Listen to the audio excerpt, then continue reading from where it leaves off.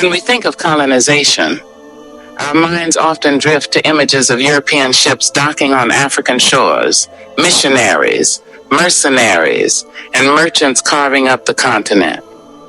But what if we flip the script? Why didn't Africa colonize Europe? Was it a lack of power, ambition, or technology? Or is the truth far more complex, buried under centuries of forgotten empires and historical revision?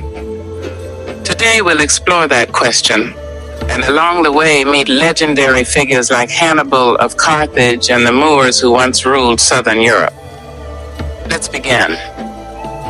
Long before the rise of European colonial empires, Africa had its own centers of power. One of the most formidable was Carthage, a wealthy North African city-state located in modern-day Tunisia. Founded by Phoenician settlers, Carthage became a major naval power in the Mediterranean between the 6th and 3rd centuries BCE. And out of Carthage rose one of the greatest military tacticians in history, Hannibal Barca. In 218 BCE, Hannibal did the unthinkable. He led an army, including war elephants, from North Africa across Spain, through the treacherous Alps, and into the heart of Italy. For over a decade, Hannibal waged war on Rome, winning stunning victories at battles like Colonize, where he annihilated a Roman army twice the size of his own. But Hannibal's campaign wasn't about colonization. It was vengeance. The Punic Wars were about power, trade routes, and dominance in the Mediterranean, not about seizing and settling lands for exploitation. Carthage, while wealthy and militarily capable, lacked the imperial ideology that later drove European colonization. Eventually, Rome responded with overwhelming force, destroying Carthage in 146 BCE and salting its fields, a chilling precursor to how future empires would erase their rivals.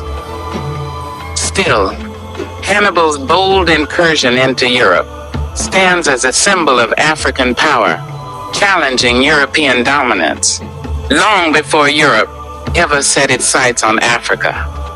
Fast forward almost 1,000 years, in 711 CE, a new African power emerged in Europe, this time from the Islamic world. The Moors, a mix of North African Berbers and Arabs, crossed the Strait of Gibraltar and invaded the Iberian Peninsula. Led by Tariq Ibn Ziyad, their campaign was swift and decisive. Within a few years, much of modern-day Spain and Portugal fell under Moorish control.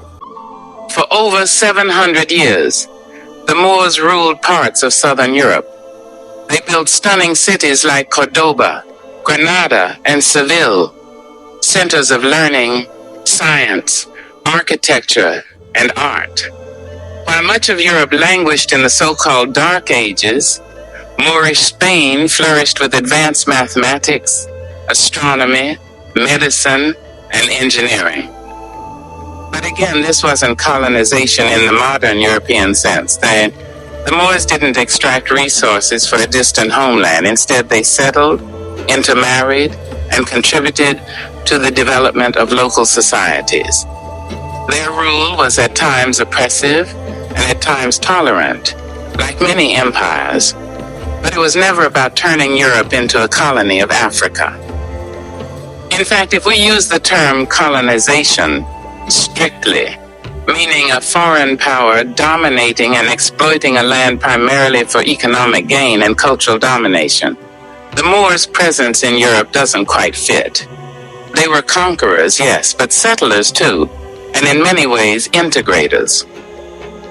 So with examples like Carthage and the Moors, it's clear Africa had moments of dominance and influence in Europe. But why didn't it lead to sustained colonization? There are several reasons. 1. Geography and environment. Much of sub-Saharan Africa was separated from Europe by vast deserts and challenging terrains. While Europe had navigable rivers and proximity to trade routes connecting the Mediterranean to the North Sea, Africa's interior remained difficult to access, both for outsiders and for centralized African powers trying to expand outwards. 2. Different imperial goals. Many African societies didn't pursue empire in the same way as Europe later did. African power was often regional and based on trade, kinship, and diplomacy. Empires like Mali, Songhai, and Benin focused inward on wealth, culture, and local power, rather than overseas conquest. 3. Timing and technology. By the time ocean-going technology enabled long-distance colonization, Europe had already leapfrogged in military and naval capabilities, thanks to centuries of intercontinental warfare and the spoils of the Crusades. African empires were powerful, but many didn't focus on naval innovation the way Portugal, Spain, or England did. 4. Resistance at home. It's worth noting that Africa was never passively waiting to be colonized. African nations resisted foreign invasions fiercely. In fact, Europe didn't fully colonize Africa until the late 19th century, and only after years of wars, deceitful treaties, and brutal suppression. So while Africa didn't colonize Europe in the modern imperial sense, it wasn't due to inferiority. It was a result of different priorities, environments, and timelines. Still, African influence in Europe did exist. Beyond Hannibal and the Moors, African soldiers fought in Roman legions. Black saints were venerated in medieval churches. The wealth of West African empires, especially under rulers like Mansa Musa, reached European ears and imaginations. What would the world look like if Africa had colonized Europe? It's a question historians still debate. But perhaps the more powerful question is, why do we assume colonization is the ultimate form of power? History isn't just about conquest. It's also about cultural exchange, innovation, resilience, and survival. Africa's legacy is not just in what it conquered, but in what it created, nurtured, and preserved. Africa didn't colonize Europe, but it shaped it.